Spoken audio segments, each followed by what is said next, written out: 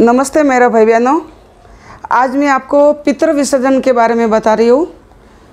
तो आपके पूर्वजनों को, आपके माता पिता को, आपके कुल इष्ट को, आपके पितरों को आप मेरा कोटि कोटि नमन है।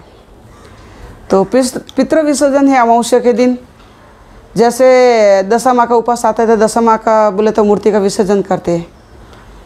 जैसे नवरात्रि का दुर्गा माँ का विसर्जन होता है, गणपति में गणपति जी का विसर्जन होता है, तो ऐसे विसर्जन होता है। तो पितृ विसर्जन में कोई पितरों को विसर्जन नहीं करना रहता है, लेकिन विसर्जन होता है कि वो वापस लौट के उनकी जगह पे जाए जिधर वो हमेशा बैठते, वो जगह पे वापस रिटर्न जाते हैं। तो पितृ विसर्जन का मतलब ही आपको समझती है कि पितृ विसर्जन कैसे करने का, कैसे क्या रीति रिवाज होता है, कैसे करने का रहता है। पितृ विसर्जन किस दिन होता है, कैसे होता है। तो श्राद्ध जो पूर्णिमा को लगता है, जैसे पूर्णिमा गई तो पूर्णिमा को श्राद्ध लग गया, उस दिन तर्पण होता है। तो श्राद्ध लगते ही तर्पण होता है। तो अमावस्या तक बोले तो सबकी तिथि चलती है तो तर्पण होता है। तर्पण करना बहुत ज़रूरी होता है। जो अब 99% लोग दुखी रहते घर में, क्यों दुखी रहते? पितरों के कारण रहते। पितर शांत नहीं तो अपना सुख शांति एकदम ख़त्म। घर का धंधा, सुख शांति, घर का बोले तो व्यवस्था एकदम ख़राब हो जाती है। बच्चों की सगाई, बच्चों के बोले तो खाना पीना, पढ़ना लिखना, नौकरी, सब काम एकदम रुकावट में पड़ जाता है। मुश्किलें बढ़ जाती है। तो पितरों के कारण होती है। सब लोग जाते, इधर भटकते उधर भटकते, अच्छा महाराज के पास जाते, अब गुरु महाराज के पास जाओ, अच्छा महाराज के पास जाओ, कोई देवी देवता स्थान ऊपर जाओ, लेकिन उनका कोई निवारण नहीं होता है। पितृ निवारण कहीं भी जाओ नहीं होता है। पितृ निवारण अपने घर से ही करना पड़ता है। पितृ तर्पण करके अपना निवारण होता है, या फिर गया जी जाके, हरिद्वार जाके उनका निवारण होता है। किधर भी इधर उधर भटकने से निवारण नहीं होगा। मैं खुद भुगती हूँ कि मैं दुनिया घूमी है, लेकिन पितृ निवारण नहीं हुआ। फिर बाद में मालूम पड़ा कि पितृ निवारण कहाँ जाके होगा, कैसे होगा। फिर इसमें बहुत मैं अंदर तक गई हूँ, डिप में गई हूँ, तभी जाके मेरे को सब ये नॉलेज मिला, इतना समझी हूँ मैं। तो आपको भी मैं थोड़ा बहुत समझाती हूँ कि पितरों से जितना परेशान हो आप, क्योंकि पितर परेशान है इसलिए अपन परेशान है। पितर को अब नहीं मानते हम लोग, पितर तर्पण नहीं करते। और एक बात आपको महत्वपूर्ण बताती हूँ, मैं गारंटी के साथ बताती हूँ। आप पितर तर्पण करते, आप पितरों को मोक्ष करते, पितरों को दान देते, उनके नाम का संकल्प लेके करेंगे, लेकिन नहीं मिलेगा उनको। क्यों नहीं मिलेगा? कि आपकी गुरु दीक्षा नहीं हुई है, उसके कारण नहीं हो रहा। अपने घर पे आपकी गुरु दीक्षा नहीं हुई है। जैसे संत ब्राह्मणों की तो गुरु दीक्षा जल्दी हो जाती है, बच्चों के बचपन में हो जाती है। जैसे हमारे बच्चों को बचपन में कर दिया मैं, तो सब हो जाती है। बहुत सारे को नहीं होती है, लेकिन बहुत सारे को हो जाती है, वो करवा देते। तो ब्राह्मण को लाने का अपने घर में, ब्राह्मण को बचपन में ही वो बोले तो गुरु दीक्षा हो जाती है। तो ब्राह्मण को लाने का पितृ तर्पण कराने के लिए ब्राह्मण को लाके उनके हाथ से करवाओ, तभी उनको मिलेगा। नहीं तो आपको ये साल तो अभी चल रहा है, आप नहीं वो अच्छा नहीं किया, कुछ नहीं कर पाएंगे। तो अगले साल के लिए आप तैयार हो जाना। ये साल तो ब्राह्मण को लाके कराओ, अगले साल आप खुद तैयार हो जाओ। ब्राह्मण मिल जाए तो अच्छी बात है, अगर नहीं मिले तो फिर खुद को करने का है। पितृ तर्पण, पितृ विसर्जन खुद को करने का है। खुद अपने पितरों को करेंगे तो और भी ज़्यादा महत्वपूर्ण रहेंगे, पितरों को अच्छा लगेगा। तो इसके लिए आप गुरु दीक्षा लेके, कि गुरु बिना मोक्ष नहीं, गुरु बिना ज्ञान नहीं, गुरु बिना कोई स्थान नहीं। गुरु नहीं तो ज़िंदगी में कुछ भी नहीं है। तो इसलिए कि मछली जल के बिना वो कैसी तरसती है, जैसे पितृ तर्पण के बिना तरसते, और अपनी ज़िंदगी तड़पड़ होती है। कुछ इतना दान पुण्य करते हुए, इतना बोले तो अनाथ आश्रम बांधते, खाना खिलाते, हवन बहुत करते, सब कुछ करते, लेकिन नहीं मिल रहा अपने। लोग बोलते हैं कि मैं इतना भगवान का करता हूँ, लेकिन मेरे जीवन में सुख शांति नहीं है, मेरे घर में कोई प्रॉब्लम सॉल्व नहीं होती है। और वो नहीं करता फिर उसको सॉल्व हो रही है। वो भगवान को नहीं पूछता फिर भी उसका अच्छा है, क्योंकि उसको बचपन में ही उसकी गुरु दीक्षा हो गई है। उनके बोले तो कर्म पहले से ही उनका अच्छा है, भले अपने नज़रों में वो गलत दिख रहा है अपने को, लेकिन वो दिखने में गलत कर रहा है लेकिन रियल नहीं कर रहा है। वो रियल उनके पितरों के प्रति वो बहुत अच्छी तरह कर रहा है, इसलिए वो आज सुखी है। तो आपको बता रही हूँ मैं पितृ विसर्जन के बारे में। जो पितृ विसर्जन को सुबह हो जाती है, वरना सुबह पितृ तर्पण हो जाता है, ब्राह्मण को भोजन हो जाता है, दक्षिणा हो जाती है। दक्षिणा देनी आवश्यकता है, बहुत ज़रूरी होती है, नहीं तो वो नहीं फलती अपनी पूजा। कौन सी भी पूजा अपनी शादी से शादी शुक्रवार शनिवार मंगलवार का उपास करो, दक्षिणा निकालनी जितनी हो सके, 1 रुपया भी निकालो लेकिन निकाल नहीं। 11 रुपया निकालो तो 10 रुपया निकालो तो साथ में 1 रुपया और निकालें। दान और दक्षिणा दोनों एक साथ निकालनी बहुत ज़रूरी है। तो दिन भर वो काम करने का कि सुबह कौओं को गायों को सब हो जाए, ब्राह्मण को हो जाए, फिर अपने पूरा कुटुंब को खाना खा के रेडी हो जाए। फिर शाम को होता है पितृ विसर्जन। शाम को पितृ विसर्जन के बारे में मैं अभी बताती हूँ। नमस्ते। पितृ विसर्जन अमावस्या, आश्विन मास की अमावस्या ही पितृ विसर्जन अमावस्या के नाम के व्याख्यात हैं।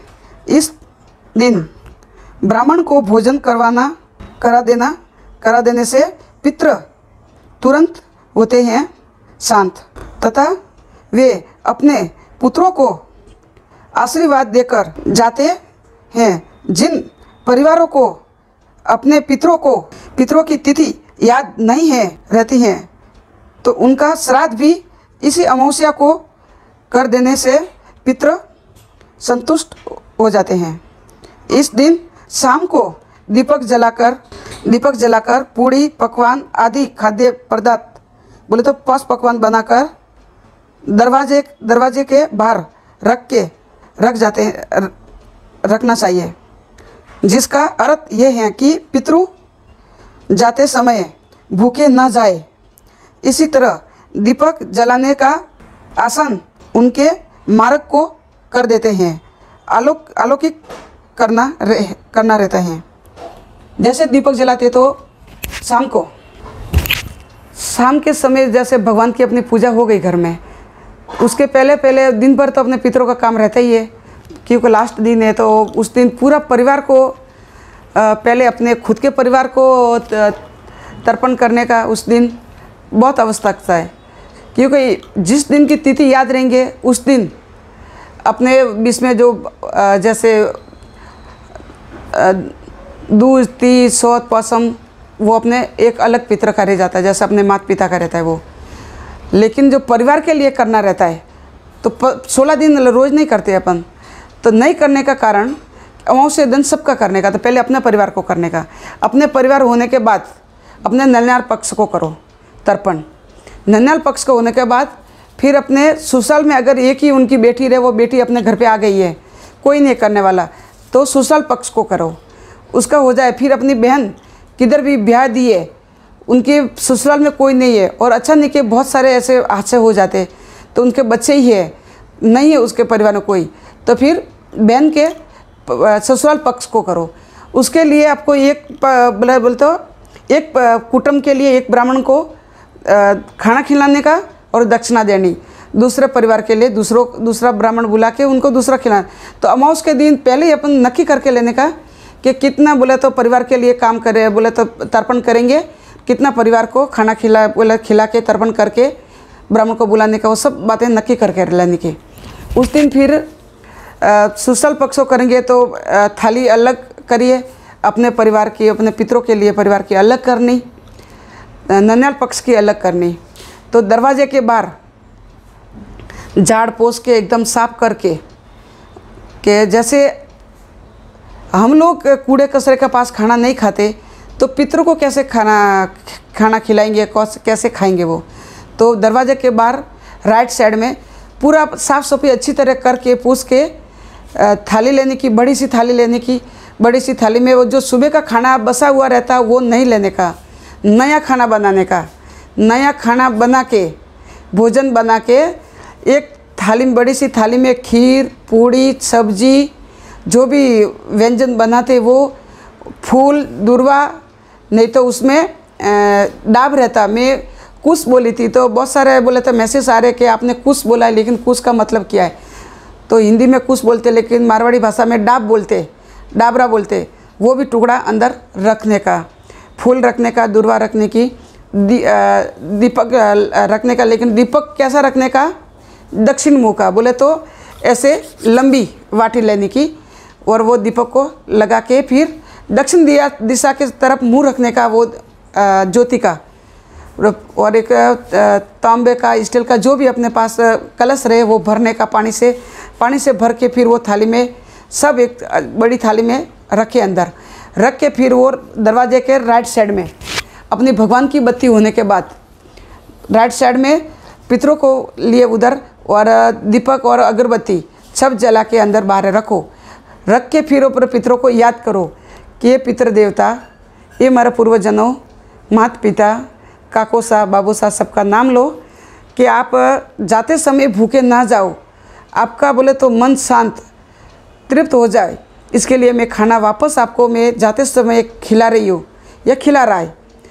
खा के आप भोजन करके जाओ और हमको आशीर्वाद दे के जाओ। हमसे 15 दिन में, 16 दिन में कोई भी भूल हुई है, त्रुटि हुई है तो हमको क्षमा करो।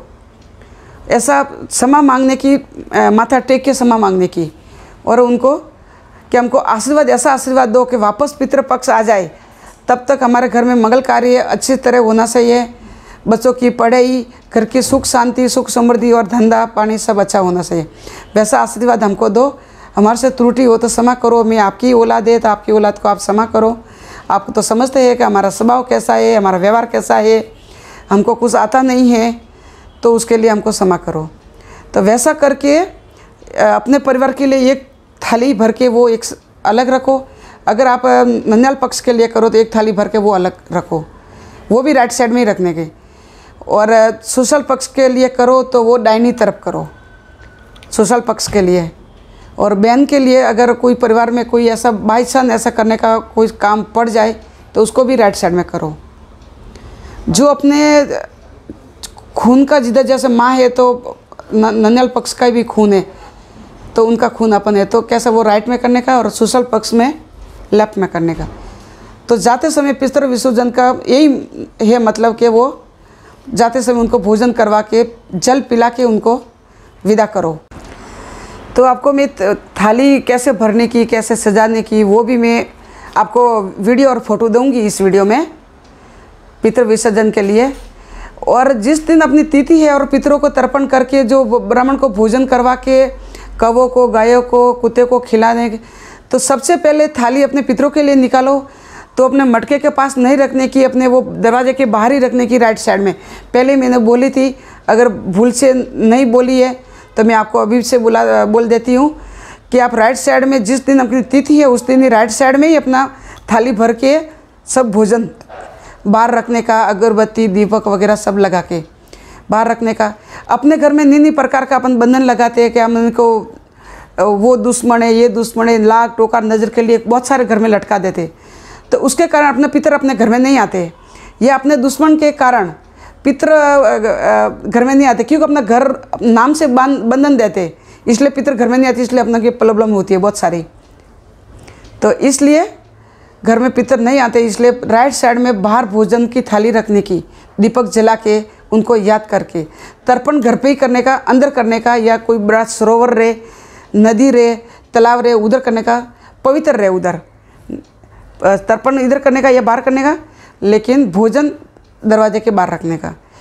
पहले भी आपने शायद में पितृ तर्पण के वीडियो में बोली होगी, लेकिन आज अब मैं आपके स्पष्ट रूप में बता रही हूँ कि थाली बाहर रखने की।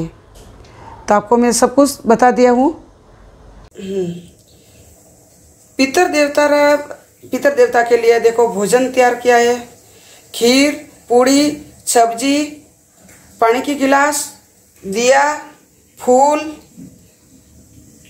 और लाडू मोतीचूर का, जो अपने पितरों को जो भी पसंद है व्यंजन में वो सब कुछ बनाने का।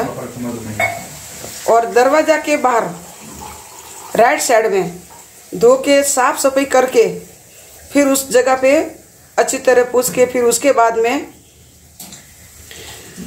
ये भोजन रखने का, पितरों के लिए दिया भी लगाने का, उदबत्ती लगाने का। क्योंकि अपने अगर घर में पितर बंधन है, कहीं भी नहीं आ सकते। अपन घर में बहुत सारे अपन ऐसे इधर उधर भटकते जाते तो बंधन लगाते, ये भगवान का वो भगवान का, तो वो बंधन के कारण अपने अंदर पितर नहीं आते घर में, या कोई दुश्मन के कारण नहीं आ सकते। तो घर के बाहर राइट साइड में अपने जो दरवाजा के बाहर जो नीचे जो अभी तो सब फर्शी वाले घर है, टाइसे वाले, तो ऐसे राइट साइड में साफ सफाई करके भोजन परोस के दिया लगा के पितरों को याद करने का और उनको भोजन की थाली परोस देने की। दोस्तों, अगर आपको यह वीडियो पसंद आया हो तो लाइक, शेयर और कमेंट करना ना भूलें। देखने के लिए धन्यवाद।